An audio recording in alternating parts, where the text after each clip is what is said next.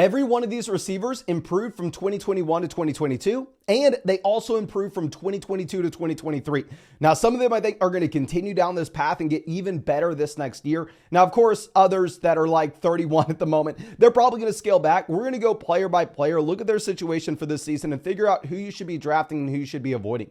Now, just the perfect example of this video, I'm not going to waste your time with them because you're already drafting them, is CeeDee Lamb, where you see CeeDee Lamb went from 12.1 points per game to 14.6 points per game to 19.7 points per game. Now, the reason we're not wasting your time with CeeDee Lamb is he's already being drafted at second overall. If we look at our ADP cheat sheet where we combine all the ADPs from every major drafting platform. And then same thing with Tyreek Hill. Not going to waste your time here. Tyreek has improved from 14.2 to 16.9 to 19.8. Now, Tyreek's being drafted at 3 overall. So am I going to waste your time? No. But we can't talk about overall rankings with these players. Right now, I personally have my overall rankings set to be Christian McCaffrey at 1, then CeeDee Lamb, Tyreek Hill, and then you can get to the running backs. But our next wide receiver, I actually have ranked ahead of Justin Jefferson, even though I think Jefferson's the better player. Amon-Ra St. Brown is also on this path straight upwards from 10.7 to 13.4 to 17 points per game. If you look at some of the advanced analytics with St. Brown as well, you're actually seeing him operate deeper downfield, where this past year he averaged 79 intended total air yards per game, which was actually significantly more than what you had both in his rookie and sophomore seasons. And if you look at his yards per route run, that has jumped from 1.9 as a rookie up to 2.8 this final season.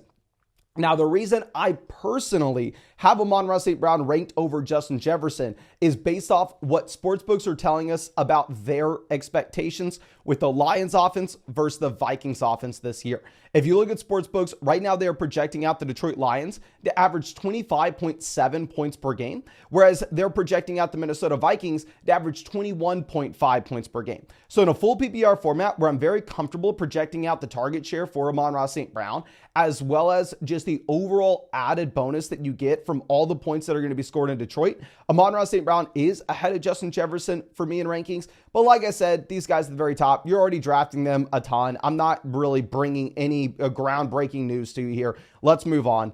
Now, somebody that I also don't want to talk about too much is Brandon Aiyuk. Aiyuk's jumped from 8.4 to 11.1 to 13.3 this past season.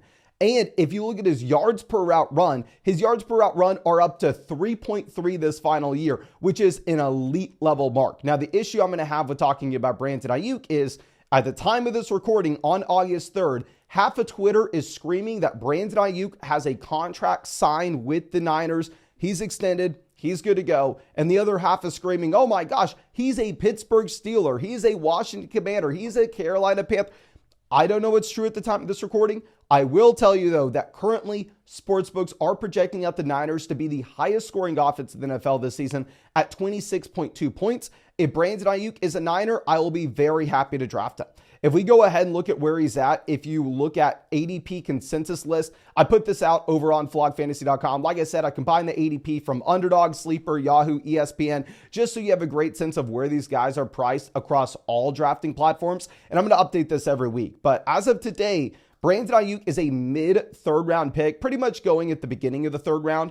And if you look at where I personally have Brandon Aiyuk ranked, I have Aiyuk ranked at 23 in my ranking. So I would be drafting Brandon Aiyuk right at the 2-3 turn. But like I said, if he does get dealt to Pittsburgh, if he gets dealt to Carolina, while he should see more targets, there'll be far fewer touchdowns scored in that offense. He will be less efficient with worse quarterback play. So I would be lowering Aiyuk down our rankings, but I'm going to be updating our rankings every single week. I'm going to be getting y'all an updated draft guide every single Sunday for the people who use code FLOCK on Underdog Fantasy and for the people who are members of flogfantasy.com. But yeah, it's not too late if you want to get our draft guide updates, if you want to get our updated rankings every week, and if you want to get in a draft with us. Y'all know I'm drafting every single day on this live stream where it's best ball, so there's no time commitment at all during the season on Underdog Fantasy. It's how I draft hundreds of teams every year. It's how I won $150,000 on Underdog 2 years ago. And if you wanted to join a draft with us, you can find that link in the description, in the comment section. And if you use code FLOCK, you're going to get my updated weekly draft guide and my updated weekly draft cheat sheet with all those ADPs. Plus, you will get a 50% deposit bonus up to $250. Plus, you will get a special Christian McCaffrey pick'em, more than, less than half a total yard, only for people who use code FLOCK on Underdog Fantasy. Super happy about that. And also, we are going to have an exclusive flock tournament on Underdog Fantasy every Monday and Thursday nights until the season starts. So you better be drafting with me there. But going over to our next guy, Nico Collins has, pretty much tripled the amount of fantasy points he's scoring. From 2021, he was averaging 4.8 points per game, up to this past season, 14.7. If you look at the efficiency numbers, off the chart, 3.3 yards per route run for Nico Collins. This is the same mark as Brandon Aiyuk last year. This is what you had with Tyreek Hill back in 2022 in Miami. And with Nico, it's a very safe Houston Texans projection this next year. We know that the Texans should be a very strong offense. CJ Stroud was an MVP candidate as a rookie, and now you get an added Stephon Diggs into this situation. So with Collins, I think that the efficiency is going to stay there. I think if you look at his yards per reception, I think if you look at his yards per target, those are very safe things that you're going to be able to project out. The primary question that you should have with Nico Collins is, what are we going to see in terms of the target share in this offense? Because if you were looking at the target share, if Stephon Diggs comes in and Stephon Diggs takes 9 targets a game, 8 targets a game, it will be difficult for Nico to have the same type of production that he's been at previously. So it is interesting. If you look at where I currently have Nico Collins ranked, I have Nico ranked at 19 overall in my rankings. If you look at where he's at with the consensus ADP list across all platforms, there Nico Collins is a mid-third round pick. So I'm completely fine taking Nico Collins in the third round at the moment. I would be really excited about it because the overall offensive upside. Now, if you look at the range of outcomes that you have for Nico Collins, wide receivers that averaged a similar amount of points per game, yards per game, targets per game, receptions per game over the past 20 years that were also 24 years old, such as Nico Collins this past year. The guys were Chris Godwin, Greg Jennings, Devonta Smith, Tyler Boyd, Jalen Waddle, Santana Moss, Allen Hurns, Tank Dell, and the median projection that you have with these players the following season historically has been about 14.2 points per game, but it's just a safe offensive projection. It's very difficult to know with Diggs, so there is uncertainty here. Now we're going to go over to our next guy, which is Amari Cooper. Now this is very surprising, right? Because if you think Amari Cooper, you go, oh my gosh, Amari drafted back in 2015. Amari's been in the NFL forever now. The last thing you're expecting is Amari Cooper to improve this late in his NFL career. But strictly from a fantasy football points per game perspective, that is exactly what Amari Cooper has managed to do. If you look at Amari, he's gone from 11.2 to 12.2 to 12.7 points per game this past year. What is obnoxious with Amari Cooper is Amari Cooper was at 126 intended air yards per contest this past season. At the very top of the NFL, getting just these deep ball long shots. Now, there is an issue with this, though. Even though his intended air yards per game, they've gone through the roof, even though his yards per route run has also gone up to a very respectable mark of 2.4. With Amari Cooper, his situation is going to be worse this season than where it has been in the past. With Amari, this is a wide receiver that we've seen over the past 3 seasons now be a better option with no Deshaun Watson in this offense than when Deshaun Watson actually plays. Deshaun playing, at least over the past 2 years, has been a bad thing for Amari. Amari was significantly better with Joe Flacco under center this past season. Now, of course, is that to say that Deshaun Watson's going to be as bad in 2024 as he was in 2023, as bad as he was in 2022? No, it's very difficult to know that. If you do look at what sportsbooks are projecting for Cleveland, they are projecting them to score 22.5 points per game at the moment. So it shouldn't be a great offense. If you look at Amari, he's going into his age 30 season. If you look at players that had similar age 29 years, you had Mike Evans, AJ Green, Vincent Jackson, Donald Driver, Marquise Colston, T.Y. Hilton, John Brown, Emmanuel Sanders. And with the median projection the following year being about 15 points per game at 30. But like I said, I think the situation's getting worse with the quarterback play. And not only is the situation getting worse with the quarterback play, but at the same time, you are going to have to be dealing now with the addition of Jerry Jeudy, where Jerry Jeudy should take targets away for Amari Cooper. So personally, I have Amari Cooper ranked at 54 at the moment in my rankings.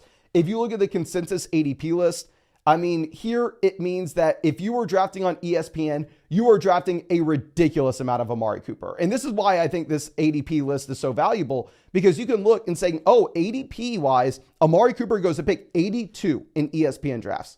So if you're going to be drafting on ESPN this year, I would highly recommend you target Amari Cooper in round 7. But if you're drafting on Yahoo, there he has an ADP of 50. So you are going to have to take him at like the end of the 4th, the beginning of the 5th, which I think is significantly less appealing. So that's another way that you can use this ADP list, is you can try to determine, oh, okay, well, maybe I like Amari Cooper as a wide receiver too. If I'm on Yahoo, he's probably going to be a little bit too expensive there. But if I'm on ESPN, he'll be a great value there. Now let's move over to another older player. This is someone that we have a long history with, kind of dogging on. Y'all know, I mean, we kind of built a brand upon hating Courtland Sutton 2 years ago. Now he's a lot more appealing because he is a lot cheaper. Courtland Sutton has also gotten better every year over the past 3. 7.1 points per game 2 years ago, up to 10 points per game this past season. 1.5 yards per out run 2 years ago, up to 1.8. Now, what's frustrating is this should be a horrendous Denver Broncos offense. Right now, sportsbooks are projecting them to average fewer than 20 total points scored this next season. And Courtland Sutton is the perfect example of a wide receiver that could return value dependent on the platform you are drafting on and dependent on the format that you are in.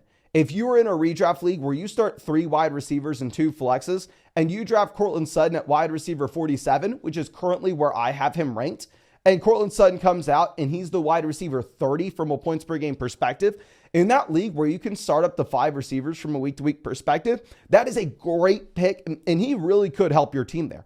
Or if you're drafting on Underdog, a best ball team, and you take Courtland Sutton as your wide receiver 5, and he turns out to be like the wide receiver 30, that is a great pick, and it's going to help you win money. Now, the issue with this is if you're in your regular ESPN redraft league, where you only start 2 wide receivers and 1 flex, and you draft Courtland Sutton in the later rounds, and he comes out to be the wide receiver 30, is that too different than just the production that you could stream from a week-to-week perspective off the waiver wire? No, it is not.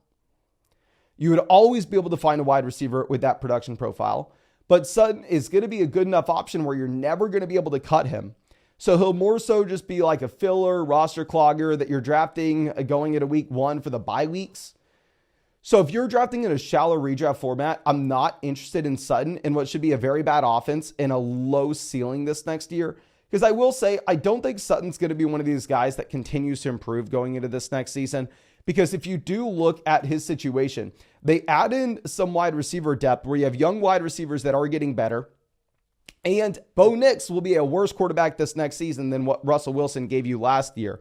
If you look at wide receivers that have similar age 28 seasons to Courtland Sutton since the year 2000, and looking at what they did at 29, you had Keyshawn Johnson, Marvin Jones Jr., Deion Branch, Des Bryant, Jarvis Landry, Antonio Freeman, Mike Wallace, Miles Austin, Kendrick Bourne.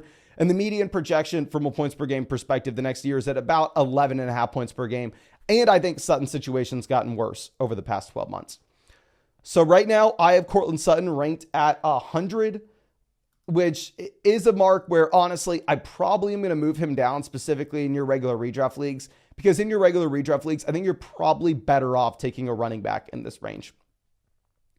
Now, let's go over to another older player. It's crazy to see these older names be improving so late with their fantasy points scored.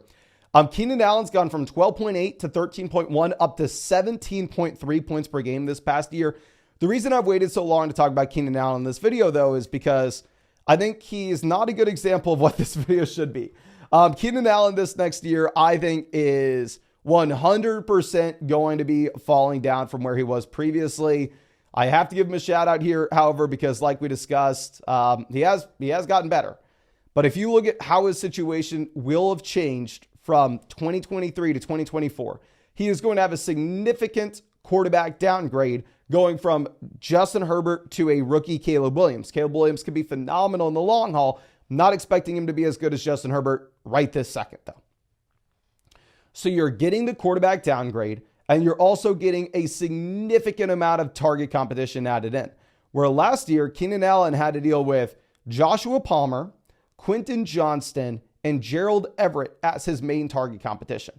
And you also add injuries to guys like Joshua Palmer. And you had injuries to Austin Eckler. There was nobody in Los Angeles for Keenan Allen to compete with targets. Now you have DJ Moore. Now you have Rome Odunze. Now you have Cole Kmet. So you're going to have worse quarterback play, a ton of target competition added in, and Keenan Allen is going to be another year older at 32 years old. So if you look at the age range of outcomes that you have, wide receivers that had similar age 31 years to Keenan Allen include Terrell Owens, Jimmy Smith, Marvin Harrison, Andre Johnson, Wes Welker, Rod Smith, Roddy White. And the median projection from a points per game perspective the next year is at about 16 points per game. But I think Keenan Allen is someone that honestly this just isn't useful for because his situation is so different this year compared to where it was in the past. Now, if you look at Keenan Allen with where he is currently getting drafted and where I currently have him ranked, I have him ranked at 62. If you're drafting on Sleeper, you're not going to get him. He's going at about pick 59. I'd take Keenan if he makes it to picks. I'm round 6, but not in round 5. If you're drafting on ESPN, though, on ESPN, he's going at pick 83. So, yes, I think you go ahead and take Keenan Allen in that range. But going back to like looking at ESPN having a massive value on Amari, I think this goes to show if you're drafting like in an ESPN draft, you don't need to be taking wide receivers in rounds 1 and 2 because you're going to have phenomenal values at wide receiver later. Now, our next guy was actually in the same offense. Joshua Palmer has improved for 3 years in a row, going from 4.5 to 8.3 to 8.8 points per game. His situation, I want to say, has improved going into this next year, where if you look at Joshua Palmer, now you no longer have to deal with Keenan Allen. Now, of course, you have Ladd McConkey coming in. You have Quentin Johnson going into year 2. But at the same time, I think we can pretty confidently say that Ladd McConkey as a rookie will not be as good as Keenan Allen was this past year. My hesitation maybe is just with the change with the overall coaching staff. They don't necessarily have any allegiances to the wide receivers. Now, the offensive coordinator in Los Angeles has come out and he has hyped up Joshua Palmer to a certain degree, which is exciting. It does look like Ladd McConkey and Joshua Palmer are going to be number 1 and number 2 in this offense. The question that you need to ask yourself with Joshua Palmer is, what is the upside? I have him ranked right now as like a wide receiver 4. And going back to like the Courtland Sutton discussion, if you draft Joshua Palmer as a wide receiver 4 on Underdog and he turns out to be the wide receiver 30, a great pick, you're making money. If you're in a league where you start 3 wide receivers and 2 flex spots, and you draft him at wide receiver 48 and he comes out and he's the wide receiver 30, congrats, you're making money. But if you're in a league where you start 2 wide receivers, 1 flex, you taking him at wide receiver 48 and he turns out to be wide receiver 30, it just simply does not matter at all. So you need to ask yourself, where do you think the ceiling is with Joshua Palmer? If you looked at guys that had similar age 24 years to Joshua Palmer since the year 2000, you had Robert Woods, Nelson Aguilar, Jeremy Curley, Johnny Knox, Hunter Renfrow, Brian Hartline, Ruben Randall, Christian Watson. And really the median projection that you should have the following year is about 9.5 points per game. But like I said, I do think the situation has improved for Joshua Palmer, so I would be willing to give him the benefit of the doubt and rank him ahead of that. I currently have Joshua Palmer ranked at 116. Which, if you are looking at ESPN Sleeper Yahoo, it is honestly ahead of where he's getting drafted there. I do think it's a good spot and a good offense. Now, our next guy, Jakobi Meyers, has improved from 8.5 to 10.5 to 11.4 points per game over the past 3 years. What's very interesting with Jakobi Meyers, and if you look at this in comparison to some of these other guys, the other guys, such as Joshua Palmer, you can see the underlying advanced metrics actually improving at the same time. You can see Joshua Palmer going from 1.3 to 1.4 to 1.8 yards per route run over the past 3 seasons. Jakobi Meyers has not done that. He's at 1.7 to 2.1, down to 1.6. His intended total air yards per game have gone from 72 down to 71, down to 64. His receptions per game have gone down from 4.9 to 4.8, down to 4.4. So Jakobi Meyers, his points per game going up really has only been due to positive touchdown regression. Because if you remember a few years back, I mean, he was the perfect example of someone that would get flooded with targets in New England. But however, he was allergic to the end zone. The man could not score a touchdown to save his life. That changed. We know touchdowns are very fluky from a year-to-year perspective. So if those go down, which honestly, they very easily could, it's a tough spot because right now you do have the Raiders projected out to be the 6th worst offense in the NFL this season if you look at current sports books. So I think Meyers is another good example. Sure, you can draft him on Underdog. If you draft him as your wide receiver 55 and he turns out to be the wide receiver 30, great, you're printing money. But in your regular redraft league, you're going to have 1,000 wide receivers on the waiver wire that look like Jakobi Meyers. So I'd rather just take a running back in that range. But I think that's all I have for you. I really hope that we were able to help you out here. I do want to remind y'all, I'm going to be sending out this consensus ADP list. I'm going to be sending out the updated rankings, updated draft guide every Sunday to anybody who uses code FLOCK on Underdog in 2024, made a $10 deposit with that account. The email is going to go to the email address you signed up with that account with.